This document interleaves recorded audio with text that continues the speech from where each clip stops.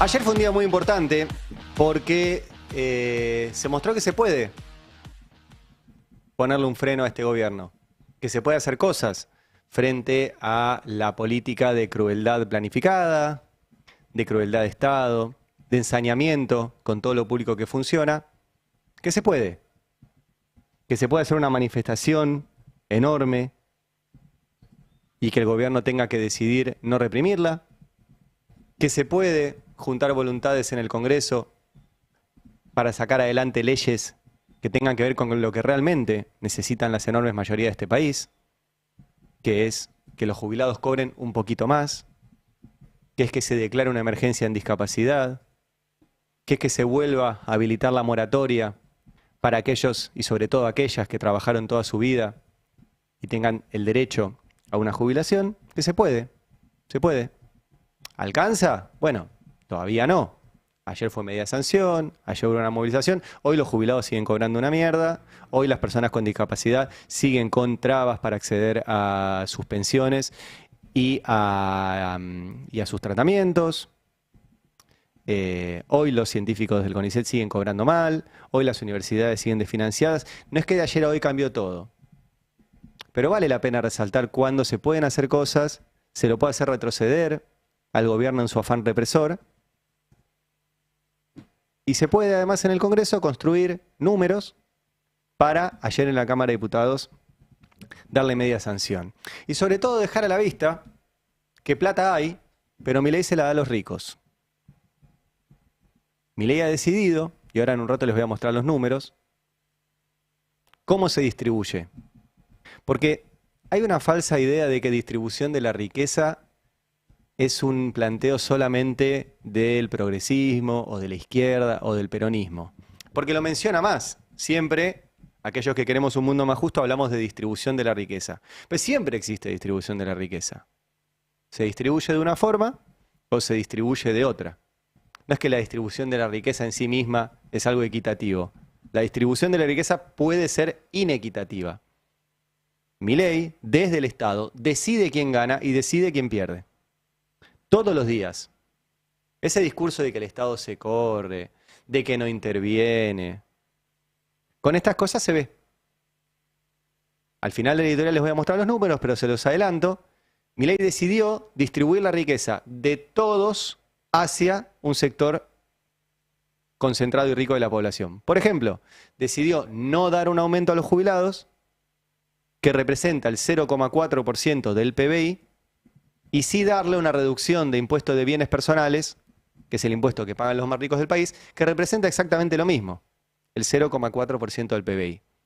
No hay que ser economista, simplemente es, si bajar impuestos a los ricos te cuesta el 0,4 y subir a los jubilados te cuesta el 0,4, si mantenés el impuesto a los ricos como estaba, podés pagar este aumento mínimo de jubilaciones. Es re fácil la cuenta. Es re fácil.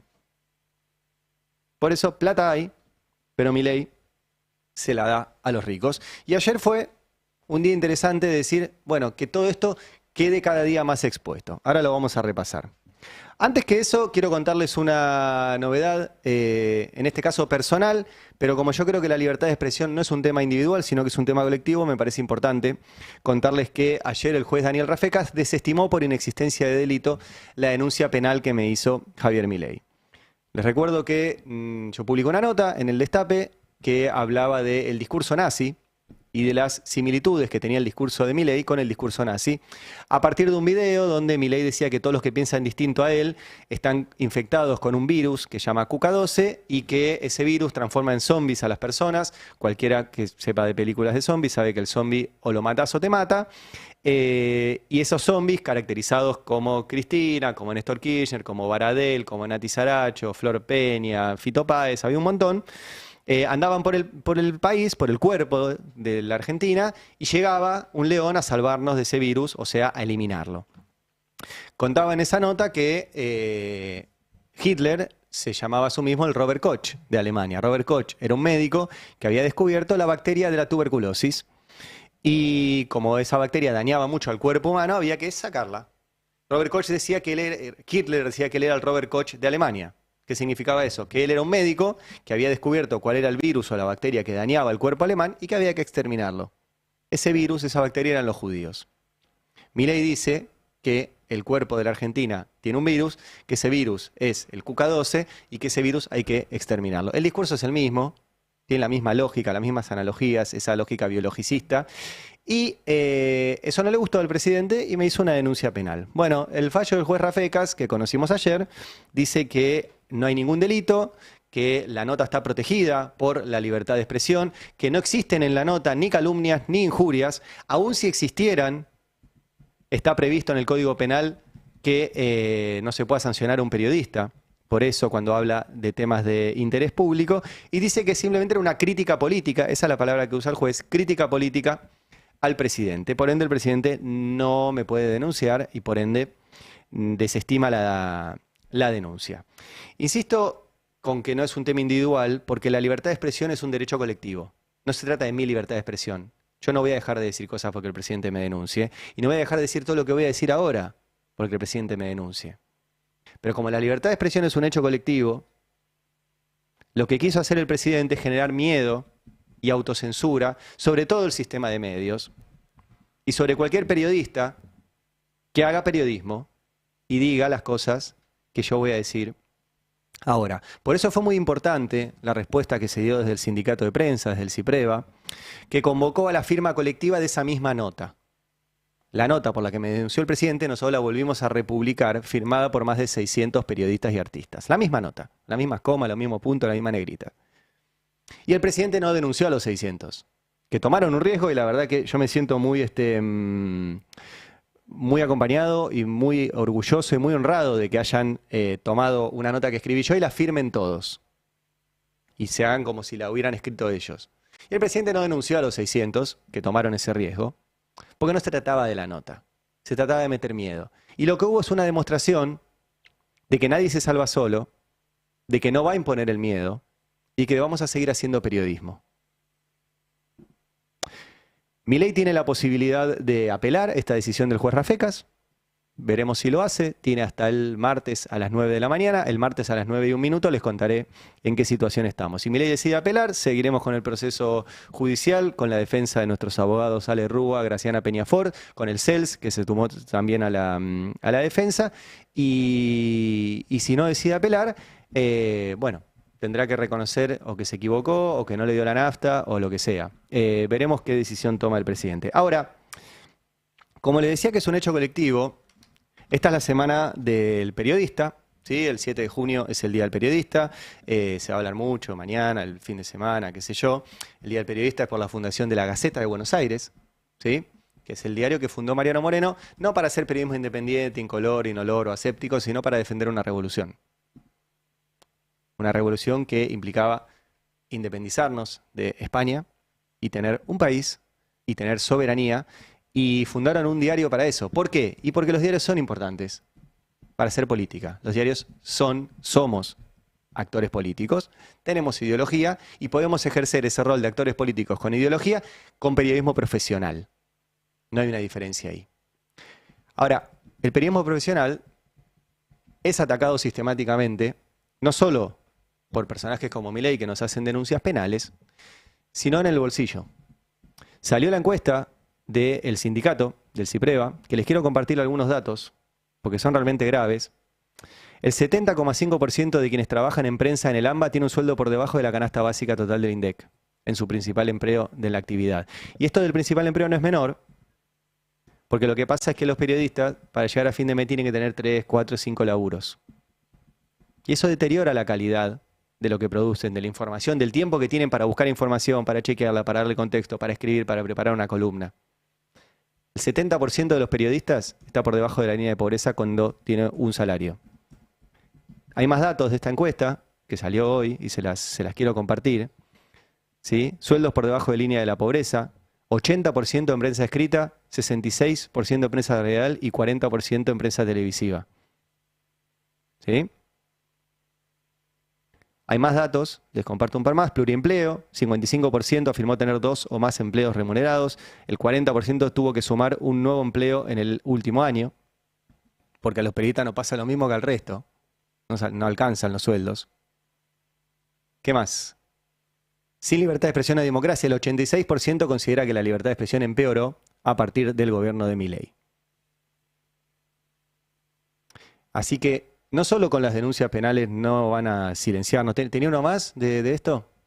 Ah, ahí está, ataques a la prensa. El 27% de los encuestados por el sindicato recibió agresiones en el último año por ser periodista. Entre esos casos, 33% recibió agresiones o amenazas de fuerzas de seguridad. O sea, un tercio de los periodistas fue amenazado por fuerzas de seguridad y el 20% fue atacado por funcionarios del gobierno, como es el caso de la denuncia penal que les mencionaba recién. Por eso, acuérdense siempre que los ataques a la libertad de expresión tienen múltiples aristas. Una es cuando los funcionarios o las fuerzas de seguridad le pegan a los periodistas cuando están laburando o les hacen denuncias penales. Otra es cuando los periodistas ganan sueldos de pobreza. Eso también es un ataque a la libertad de expresión. Eso también. Y es un grave ataque a la libertad de expresión que los periodistas, como cualquier laburante, como estamos hablando ahora del Garrahan, como hablamos de los científicos, como hablamos de los docentes, como hablamos de los industriales, como cualquier laburante, están por debajo, en su mayoría, de la canasta de pobreza. Es un dato que me parece importante que lo conozcan en la Semana del Periodista. Los periodistas no necesitamos regalos el Día del Periodista, necesitamos salarios dignos, nada más. Nosotros tenemos la suerte, y siempre lo cuento acá en el Destape, de tenerlos. Yo estoy acá hace 7 años, nunca tuve un problema salarial, siempre cobré el primero de mes y en blanco, pero bueno, esto es una isla. La verdad que el resto del sistema de medios deja mucho que desear en ese sentido, y desde acá mi acompañamiento y mi colaboración con todos los colegas que no llegan a fin de mes. Y eso deteriora la calidad democrática, porque se deteriora la libertad de expresión, porque ese periodista no puede laburar bien. Bueno, dicho esto, ayer quiero compartirles una publicación de Ignacio Olivera Doll, periodista, ¿sí?, que compartió eso. Hay luces, es una columna que él publicó en Bloomberg. Dice, hay luces amarillas en la cadena de pagos de Argentina, tanto en personas como empresas, que reportan al el Banco Central y empiezan a monitorear los bancos. 1. La morosidad en tarjetas de crédito trepó en marzo a un máximo de los últimos 3 años. ¿Sí? O sea que la gente no está llegando a garpar la tarjeta de crédito. Está comprando comida con tarjeta de crédito y no llega a garparla. En los préstamos personales quedó en marzo arriba del 4%, un máximo en 9 meses. O sea, gente que se endeudó con préstamo personal y no lo está garpando. El máximo de los últimos 9 meses. Cantidad de cheques rechazados trepó en abril al mayor nivel en 5 años. ¿Sí? Y empresas medianas empiezan a haber cerrado el mercado de capital local e internacional. Esto es una publicación de Bloomberg, que es un medio del sistema financiero. La firma Ignacio Olivera Doll, que es alguien muy informado sobre estas cosas. Y es muy preocupante, sobre todo el dato de las tarjetas de crédito y los préstamos personales. Repito, es gente que está yendo a comprar Morphy con la tarjeta de crédito y después no paga la tarjeta. Y este gobierno, entre otras cosas, desreguló los intereses que te pueden cobrar las tarjetas por mora en el pago. El gobierno no mira esto, sino que sigue en su lógica de darle plata a los ricos y no cumplir ni siquiera con el acuerdo con el FMI. Nosotros lo veníamos anunciando, ahora el 13 de junio era la primera revisión del FMI y teníamos que llegar con algún número de reservas.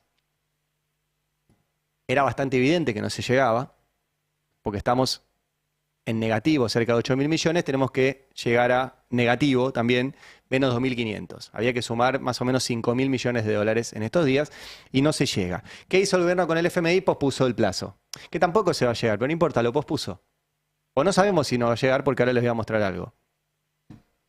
Lo que demuestra es que todo el acuerdo con el FMI era simplemente para tener un dólar planchado, mentir con la inflación y ver si con eso llegan más o menos competitivos a las elecciones. Y lo que hicieron para eso fue endeudarnos, que es la única política que tiene este gobierno, la deuda. Es mentira lo del ancla fiscal, ancla no sé qué. La única política económica que tiene este gobierno es endeudarnos. 20.000 millones de dólares con el FMI, 10.000 millones de dólares con el Banco Mundial, 10.000 millones de dólares con el BID, un repo con bancos, la semana pasada 1.000 millones de dólares con inversores. Es todo el tiempo deuda, deuda, deuda, deuda, deuda. Ayer, frente a todas estas críticas, tuiteó Pablo Quirno. Pablo Quirno es el secretario de Finanzas. O sea, es el que ejecuta lo de la deuda. Y tuiteó: veo que se está tratando de generar un clima negativo con respecto a nuestra meta de reservas dentro del programa con el FMI y el vencimiento de nuestras obligaciones en julio.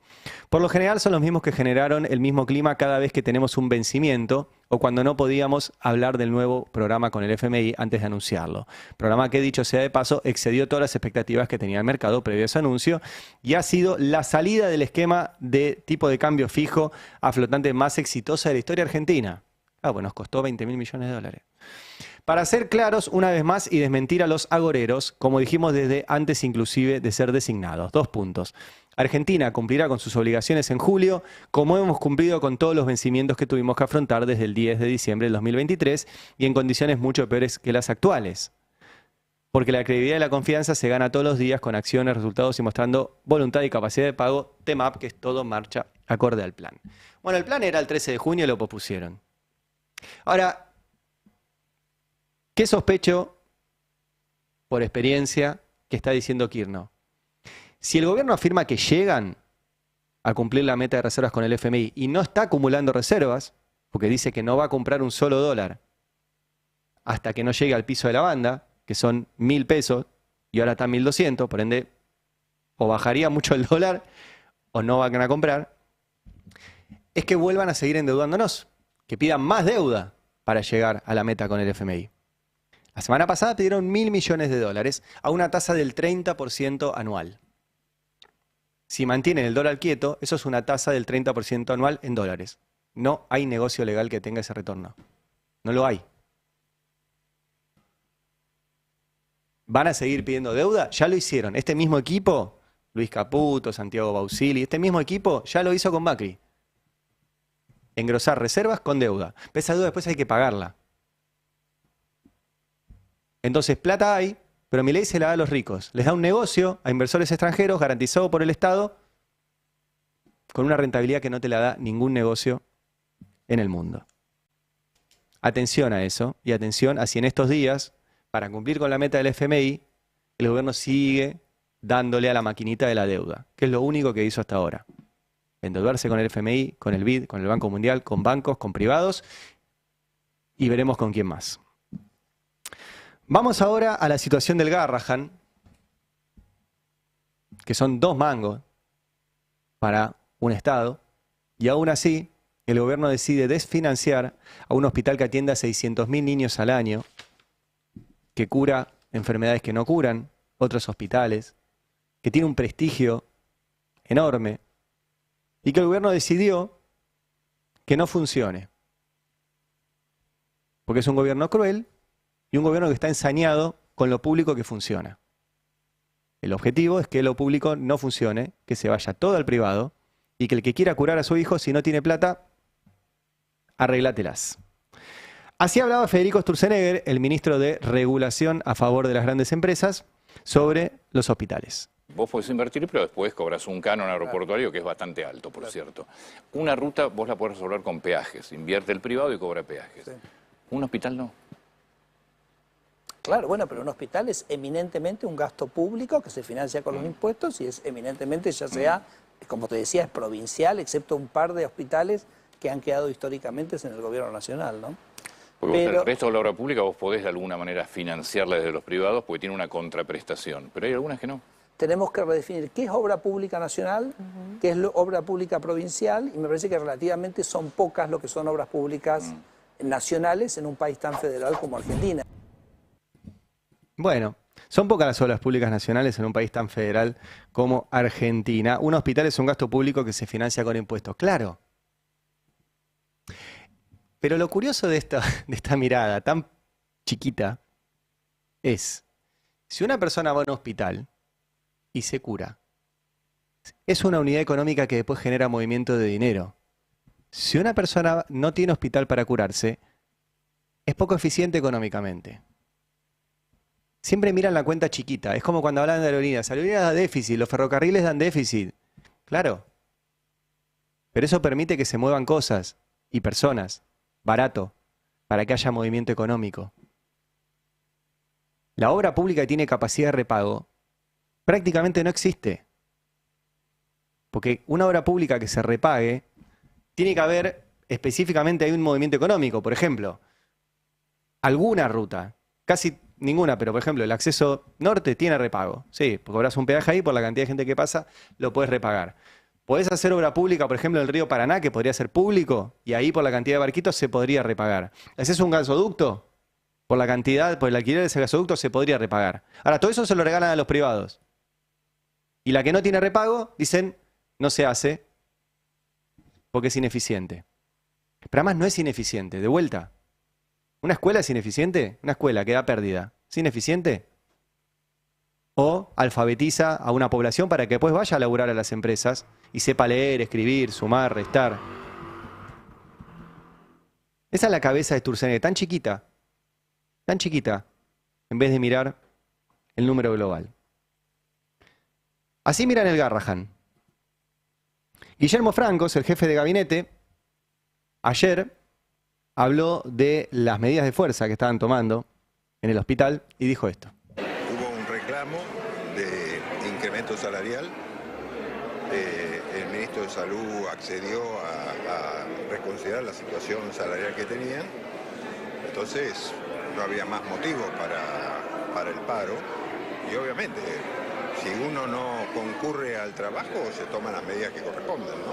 A veces las propuestas fueron públicas, ¿no? Las publicaron todos ustedes, se han hecho eco de esa propuesta. O sea que no sé quién representa a los residentes, que es con quien se generó el conflicto, ¿no? El gobierno reconoce la situación y entiendo que el ministro Lugones hizo una propuesta para salir del problema. Pues qué es lo que deciden los médicos, yo no puedo decirlo, ¿no? Pero creo que se hizo una oferta importante.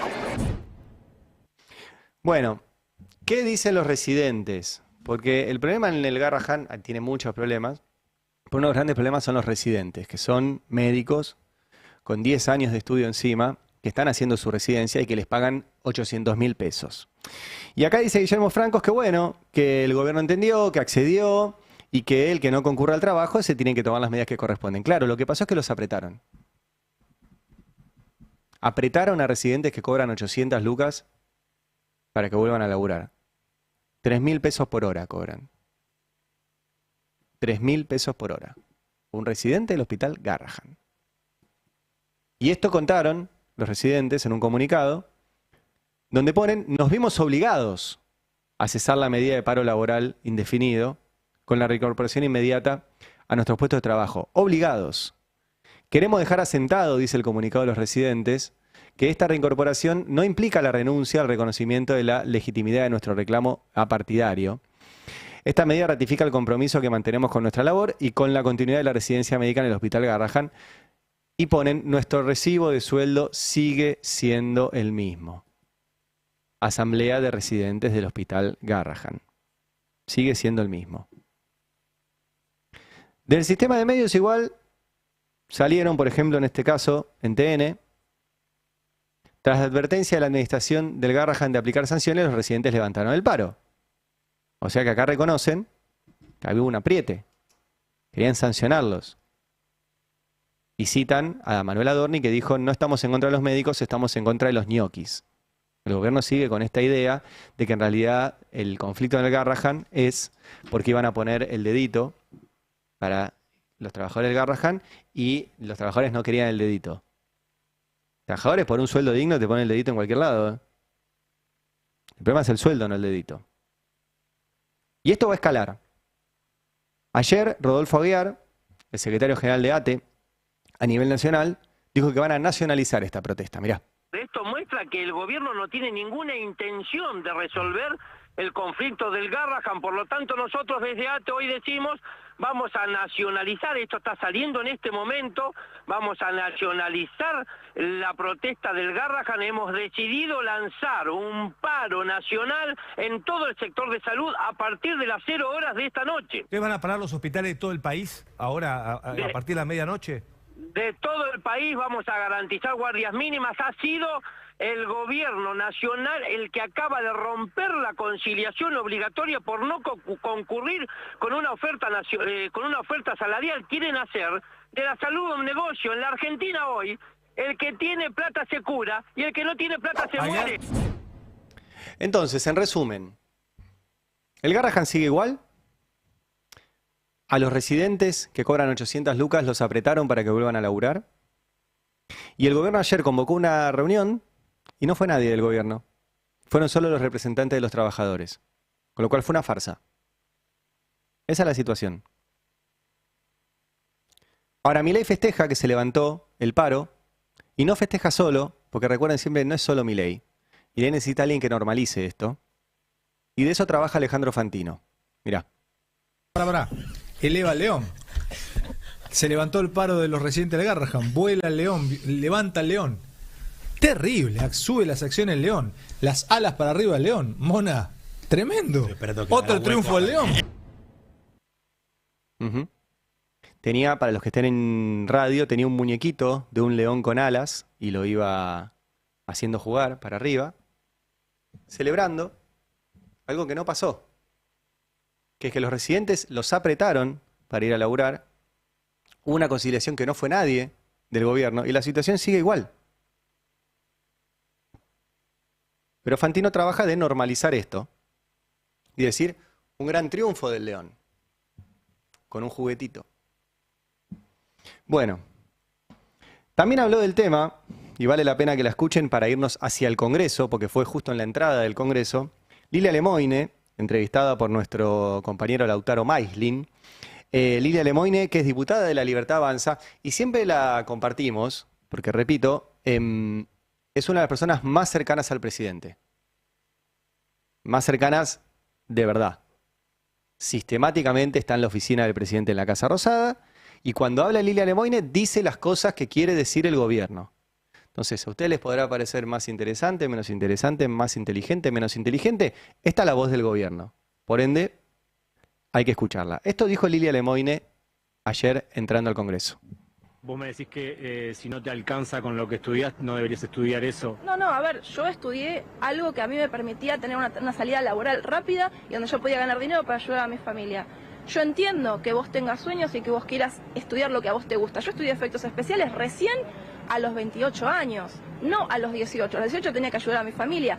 Y si vos podés no trabajar y estudiar medicina, me parece fantástico, pero si vos, mientras estás estudiando, no te das cuenta que los médicos están mal desde antes, porque esto no es nuevo, digamos, ¿no? Entonces, no es un problema que causó este gobierno, y la salud pública necesita mejorar desde cuánto tiempo. Es decir, es público, mientras seas estatal no va a estar muy bien, que digamos. O sea, no estudies medicina. Total, si estudias medicina, te rompes el lomo, porque es tu vocación, y querés ser pediatra o querés ser lo que quieras, traumatólogo, cirujano, no lo hagas, porque total los sueldos en el Estado van a ser una mierda. El problema es tuyo. Hubieras estudiado otra cosa, les dice Lilia Lemoine a los médicos del Garrahan, que repitamos, salvan vidas todos los días de pibes, de nenes, de chiquitos de todo el país, que si no se mueren. Puesta que la crueldad está llegando a límites dentro del gobierno muy duros. Yo no creo que sea una sociedad cruel, la sociedad está acompañando al Garrahan en medio de sus propios quilombos. ¿Sí? Por ahí mucha gente no pudo ir a la movilización ayer porque está laburando, porque está yendo a buscar a los pibes a la escuela, porque tiene vida también y no le da para ir a todas las movilizaciones. No significa que sea cruel. No te sientas cruel si vos no pudiste ir ayer a bancar al Garrahan, o a los científicos, o a las familias con personas con discapacidad. No es cierto esa sociedad cruel, pero hay un gobierno cruel y ensañado con lo que funciona. Yo creo que es importante esa caracterización. Es crueldad planificada y ensañamiento con lo que funciona en el Estado. Todo para hacer negocios, porque lo que dice Lilia Lemoine ahí es: o elegí bien lo que estudiás, o estudiá pero para laburar en el sector privado. El que no tiene guita, que se joda. El que no tiene guita, que se muera. Ayer hubo una movilización grande en el Congreso. No hubo represión. Por ende, vieron que el protocolo antipiquetes es muy selectivo. Y esto decía la ministra de Seguridad, Patricia Bullrich.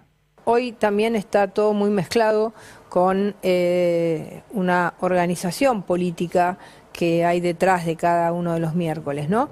¿Hay una organización política detrás de las marchas de los miércoles? Recién estaba viendo que hay un informe de los grupos más violentos que se reúnen todos los miércoles. Nosotros tenemos unas imágenes terribles de cómo le pegan a las fuerzas de seguridad. Y ahora estaba recién mirando una publicación que ellos mismos hacen, donde dicen que van a ir como con un alambre a la altura de las piernas para avanzar y hacer caer a las fuerzas de seguridad. Van a ir con un alambre a la altura de las piernas, decía, como escudos caseros. Claro, como si fuera un alambre a la altura de la pierna, sí, para caminar, y cuando caminan hacen caer al miembro de la fuerza de seguridad. Es decir, que este es un nivel de preparación y de provocación muy fuerte. Bueno, obviamente no pasó nada de eso. Siempre hay política detrás de todo esto, porque la discusión es política y depende de quiénes estén adentro del Congreso lo que se vote y lo que no se vote. Y si todas estas personas que se manifestaron ayer tienen la posibilidad de tener derechos, básicamente. La convocatoria fue grande, miren las imágenes, se los comparto, ese es el dron del Destape, ¿sí? Qué bueno que está. Vengan a YouTube si no les cuento, estamos sobrevolando la cúpula del Congreso y metiéndonos en la plaza de los dos congresos. Obviamente se cortaron las calles laterales de esa plaza, por eso digo que el protocolo antipiquete es absolutamente selectivo, lo aplican cuando quieren, cuando no quieren no lo aplican. Entonces no existen las leyes selectivas. La movilización fue realmente grande y multisectorial, como decíamos ayer. De todos los atacados por Milei, que somos todos, pero además hay sectores particularmente más atacados, como las mujeres, las personas con discapacidad, los científicos, las universidades, los jubilados. Y ayer confluyeron todos ahí. Hay un montón más. En estos días vamos a hablar mucho del INTA, ¿sí? Mañana seguramente voy a ser más específico sobre el INTA, que es algo clave para pensar un país, y también en estos días lo van a desguazar. Y aparecieron un montón de personajes. Por ejemplo, ayer estuvo Georgina Barbarosa en la movilización y la entrevistó el móvil del Destape. Mirá. Apoyando al pueblo argentino, chicos. El domingo lo hice por el Instituto Nacional del Teatro, porque quieren arrasar con la cultura. Y ahora estoy apoyando, estoy por todas las causas. Estoy por la Argentina, estoy por mi país, estoy por la democracia, manifestándonos pacíficamente, porque yo creo que puede haber un diálogo, que se puede dialogar de otra manera, que no tiene que haber esta violencia. Estoy por supuesto por los jubilados, estoy por supuesto que por los discapacitados, por las chicas de Ni Una Menos que se cumplieron 10 años ayer. Una de las cuestiones que se habla o cuando se describe este gobierno es la crueldad. ¿Vos también lo vivís así? Yo pienso que le falta humanidad. Eso me gustaría hablar con el señor presidente, con todo el respeto del mundo. ¿Qué le pasa? ¿Qué le pasa en su corazón? ¿Qué siente? Porque realmente a mí se me estruja el alma con las cosas que veo. Es cierto eso, el cine, el teatro, la cultura también han tenido un ensañamiento fuerte de parte del gobierno. Y empiezan a aparecer, personajes muy conocidos, Georgina Barbarosa, y está buenísimo que esté ahí y le ponga el cuerpo, junto con jubilados también, que ayer decían esto. El alquiler, las expensas, el gas, la luz y la plata que tenés que poner para poder comer. O sea, comes una vez por día, y si comes una vez por día. Porque si no comes pan, como yo. ¿Qué come pan? Yo como pan. Los primeros días del mes puedo comer. Y los demás días, ya olvídate, porque ahí ya no. Los primeros días del mes puedo comer, después ya olvídate, dice una jubilada, mientras adentro se estaba discutiendo si se aumentaba un poquito la jubilación. Un poquito, ahora voy a ir para adentro. Pero quiero compartir más testimonios de jubilados ayer.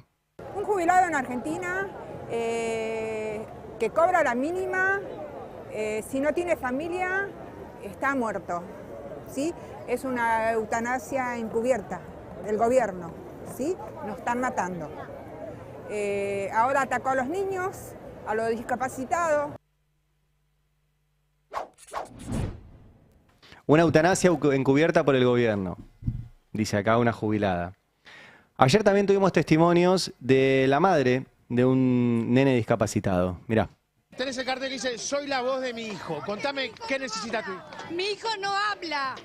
Nació sin habla mi hijo y estoy sin medicamento porque la obra social durante 3 meses no me entregó la medicación psiquiátrica, el cual le agarra unos ataques que no sabemos qué es todavía porque le he hecho estudios y no le sale nada. ¿Cómo viene transcurriendo el 2025 para vos con la cuestión de los medicamentos? Diciembre, enero y febrero no me entregaron la medicación psiquiátrica de él. ¿Qué explicación te dan? Me dicen, espera, y sigo esperando, como lo veo bien, sigo esperando. ¿Qué pasó? En marzo le agarra un síncope a mi hijo. Lo encuentro en la bañera violeto, muerto. Dios me lo devolvió porque me lo tenía que devolver, porque es inocente. ¿Y sabe cuándo me dieron los remedios? Casi un mes después de lo que le pasó eso a mi hijo. Esto lo venimos reflejando hace rato. Recuerden que hicimos muchas notas de lo que era la DATSE, la Dirección de Asistencia para Casos Especiales del extinto Ministerio de Desarrollo Social, que empezó a bloquear el acceso a medicamentos para casos graves. Uno de los casos que nosotros contamos murió porque no le llegaba a tiempo la medicación, tratamientos oncológicos y otras enfermedades que no se pueden pagar y que ahí está el Estado, ¿sí?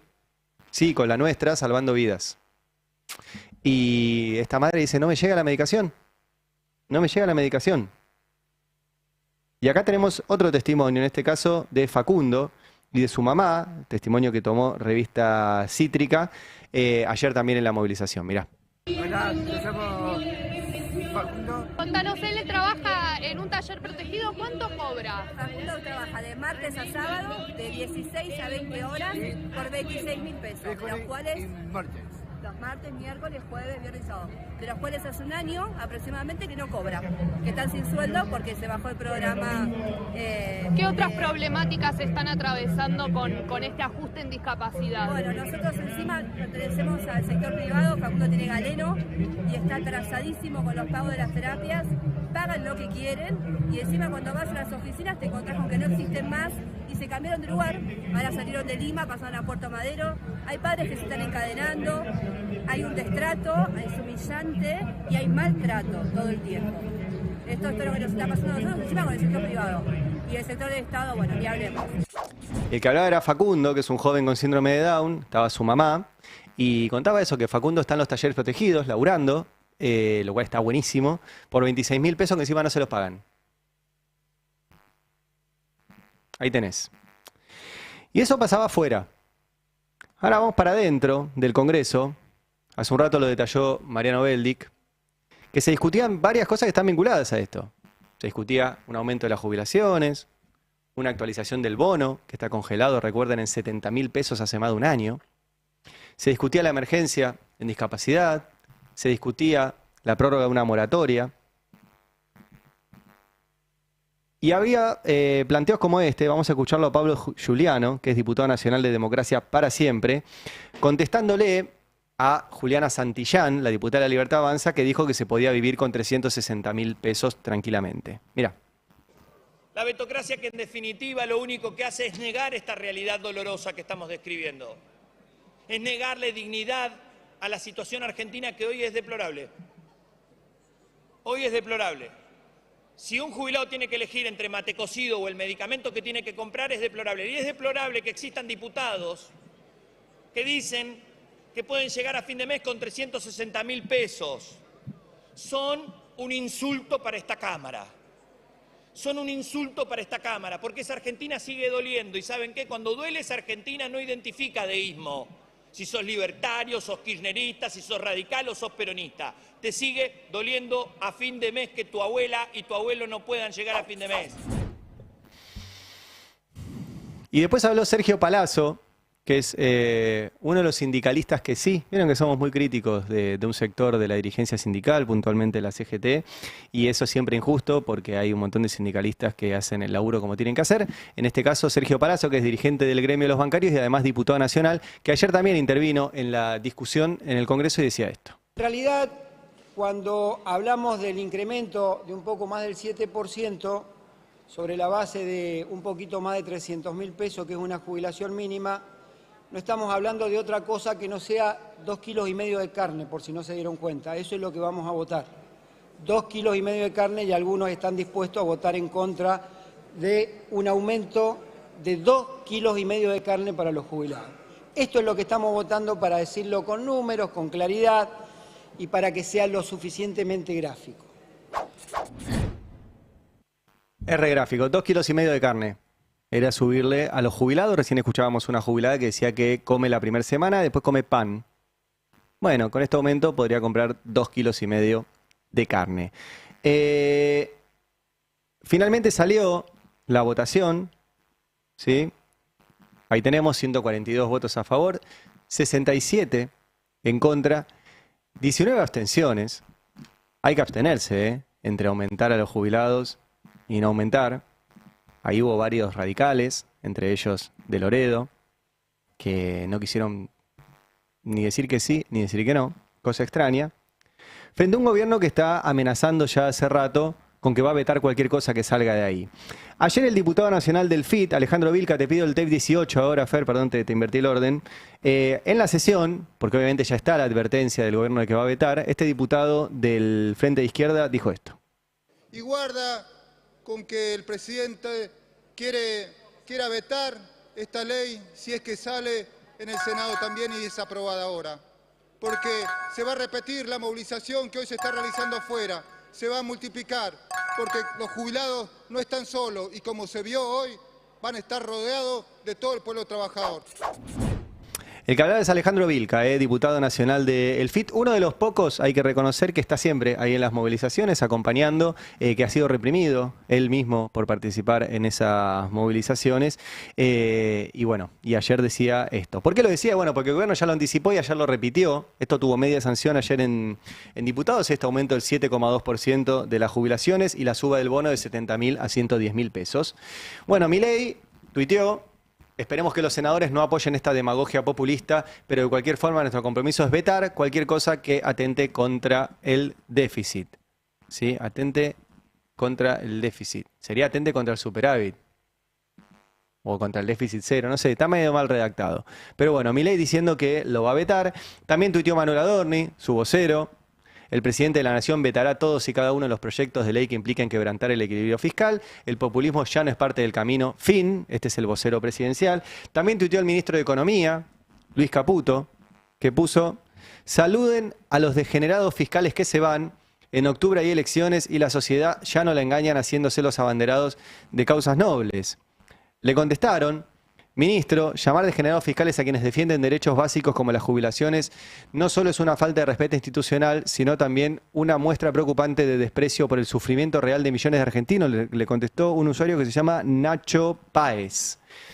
Y le contestó Caputo: las jubilaciones bajaron 30% en el 2023, cuando ellos mismos eran gobierno y estaban en pleno plan platita para ganar las elecciones.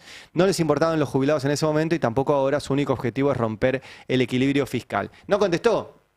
Supongamos que es verdad, que el gobierno peronista bajó las jubilaciones. ¿Por qué seguir bajándolas? ¿Por qué no aumentarlas?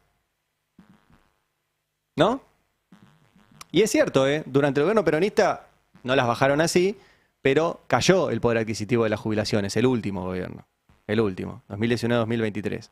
El de las jubilaciones, el de los salarios. Ahora, hubo una pandemia, hubo una sequía, había una guerra, había un montón de quilombos en el mundo. Y además decisiones de gobierno que no fueron acertadas.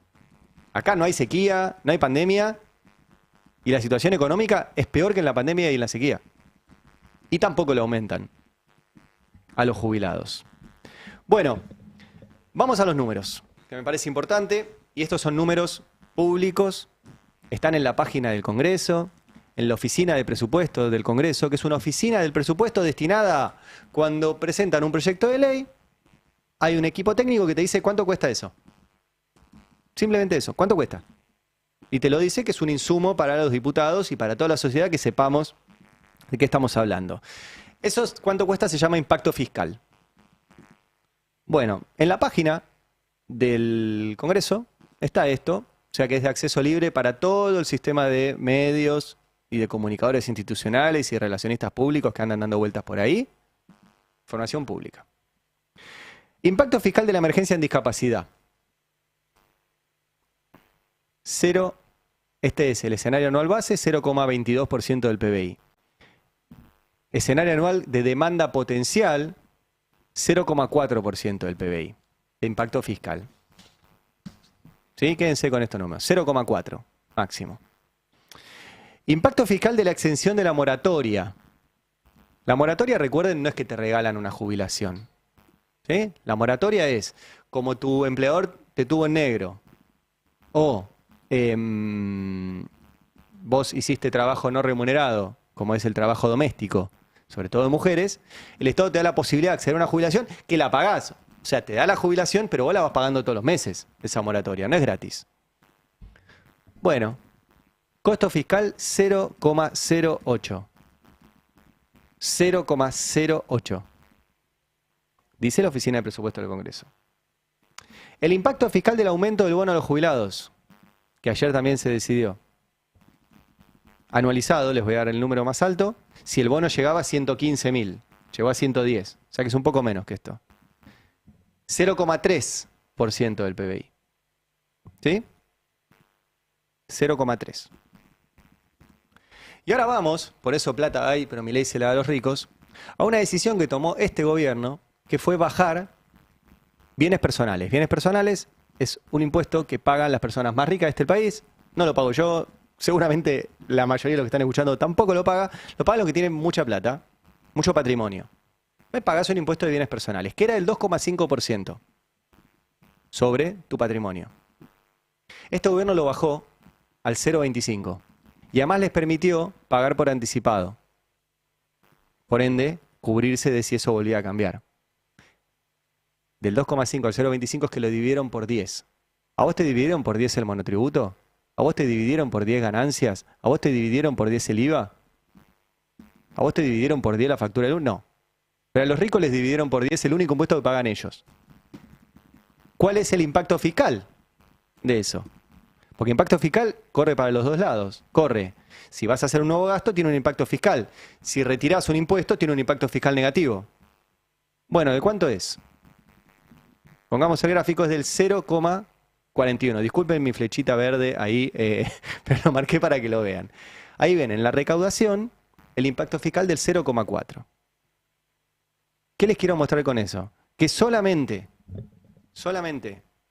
volviendo a poner este impuesto que era bajo para los más ricos, en el 0,4, se puede pagar el aumento de las jubilaciones.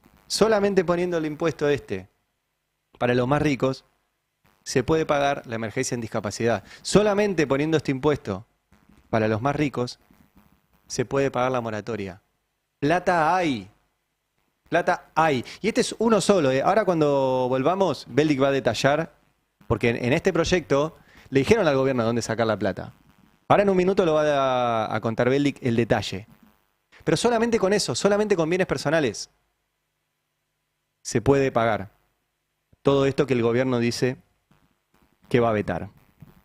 Hace un rato dio una entrevista a Guillermo Francos, el jefe de gabinete, y le preguntaron si este era un gobierno cruel. La entrevista fue con Eduardo Feynman, ¿no? En Radio Mitre. Bueno, ¿qué respondió? El juego, ¿no? Es tratar de dejarlo al gobierno nacional en una situación de tener que vetar una ley y mostrarse ante los ojos de la opinión pública. Lo que pretende, ¿no? Yo creo que lo que pretenden los políticos es dejarlo en una situación o mostrarlo como insensibles a un problema que todos conocemos, que no viene ahora, que no viene hace muchos años y que no se le puede decir al gobierno que lo solucione. La palabra que están usando para con el gobierno es crueldad. Ustedes son unos crueles. El presidente, usted, los ministros, son todos crueles. Pero crueles son los que llevaron al país a esta situación, no los que están tratando de remediarlo. ¿Sí? Porque que digan de dónde sacan los fondos. A ver, ¿de dónde sacan los fondos? ¿Qué impuestos hay que aumentar? Si nosotros bajamos el gasto con los mismos impuestos, ¿no? Entonces, ¿de dónde sacan los fondos para pagar estos incrementos? Para que permitir que otras personas se jubilen sin haber hecho aportes. Hay que darle tiempo a la economía argentina para que se acomode, que eso implica seguir reduciendo costos del Estado, seguir reduciendo impuestos, generar mayor actividad económica, generar mayor formalidad en el trabajo, nosotros tenemos la misma cantidad de trabajadores, por simplificarlo, ¿no? La misma cantidad de trabajadores formales que informales, o sea, tenemos los mismos que aportan que los que no aportan. Y los que no aportan, después con estos regímenes de moratorias, se ingresan a nuestro régimen sin haber hecho los aportes y después van pagando los aportes en cuotas con la propia jubilación. Sí. Bueno, eso no es justo para el resto, ¿no? Por último... Bueno. Sigue repitiendo, está bien la consulta, le dice, y a él no le preguntaba, le dice, bueno, les dicen crueles, ¿qué tiene usted para contestarles? Y la respuesta de Guillermo Francos es que crueles son los que quieren desfinanciar al Estado, etcétera, etcétera. Y pone siempre el mismo ejemplo, ¿vieron? El que no aportó, que se jubiló. Yo vuelvo a citar, como ellos repiten, yo repito. Hasta que cuando dejen de repetir, dejo de repetir. ¿Qué va a hacer? Pero la vuelvo a citar a Marta Dillon, que estuvo acá hace un año, justo por el aniversario de Ni Una Menos, cuando contó lo violento que es esto para las mujeres. Porque la mayoría de las que tienen moratoria son mujeres. Que o estaban laburando sin estar registradas, por ejemplo, muchas trabajadoras de casas particulares, o estaban en su casa haciendo trabajo no remunerado. Y en general las dos cosas. Laburaban y encima hacían el laburo en la casa, porque no es que las mujeres que laburan, después el trabajo en la casa es compartido. Bueno, cuando vos insistís en que esas mujeres te están quitando la jubilación a vos, eso genera violencia de género. Y va a empezar a pasar que algún adulto mayor se enoje con su mujer diciéndole, yo cobro una mierda por tu culpa que no aportaste y me estás robando la jubilación a mí. Va a empezar a pasar eso. Porque hay un discurso que les dice eso. Y además, incluso ayer, quiero que escuchen esto y ahora vamos con Beldic sobre de dónde puede salir la guita para pagar. Ayer incluso le echan la culpa a esas mujeres y a todos los laburantes que están sin registrar de esa situación. Escuchen al diputado nacional del PRO, Sergio Capozzi. Mirá. Escucho hablar del empleador que evadió los impuestos, que evadió los aportes, que no hizo las contribuciones, etcétera, etcétera, etcétera. En España esto también ocurre, pero el trabajador y el empleador son solidariamente responsables ante la seguridad social. Es decir, si hay evasión, la evasión es de las dos, se necesitan dos partes. Y no tratemos más al trabajador como alguien que no tiene capacidad para discernir o comprender la criminalidad de sus actos. Tiene tanta responsabilidad aquel como el que negoció con el empleador, déjame en negro, así tengo muchos años por delante, y que después sabe que el Estado le va a hacer un beneficio que no le corresponde con estas benditas moratorias. O sea, según Sergio Capozzi, diputado del PRO, están en igualdad de condiciones el laburante que necesita guita para llegar a fin de mes que el empresario que lo quiere tener sin registrar. Y pactan libremente, dale, teneme en negro, no me pagues obra social, no me hagas aportes jubilatorios, no me pagues el RT, total si tengo un accidente acá me jodo. Dale, es re y de vuelta eso, lo hacemos juntos. Entonces cuando hay una sanción a eso, dice el diputado, debería ser solidariamente responsable el laburante que estuvo en negro con el empresario que lo negreaba. Estas cosas dicen en el Congreso. Realmente se preocupa. Eso es alguien que nunca laburó. Los que laburamos sabemos lo que es estar en negro. No está bueno y nunca quisiéramos estar en negro. Volviendo al inicio con la situación de los periodistas, yo el laburo en el Destape fue el primer laburo en blanco de mi vida. Ya tenía 2 hijas. Y no había tenido nunca un laburo con un recibo de sueldo. O sea que yo aceptaba eso voluntariamente y quería eso. No, era monotributista. Bueno, 9:20, les dije que les iba a contar y responderle a Guillermo Francos y al ministro Caputo y a Milei y a Adorni y a todo el gobierno ¿de dónde se puede sacar la plata? Bueno, efectivamente ayer en el proyecto se incorporó una propuesta de dónde sacar la plata para este aumento de las jubilaciones. Sí, exactamente. Se lo respondieron los propios diputados y diputadas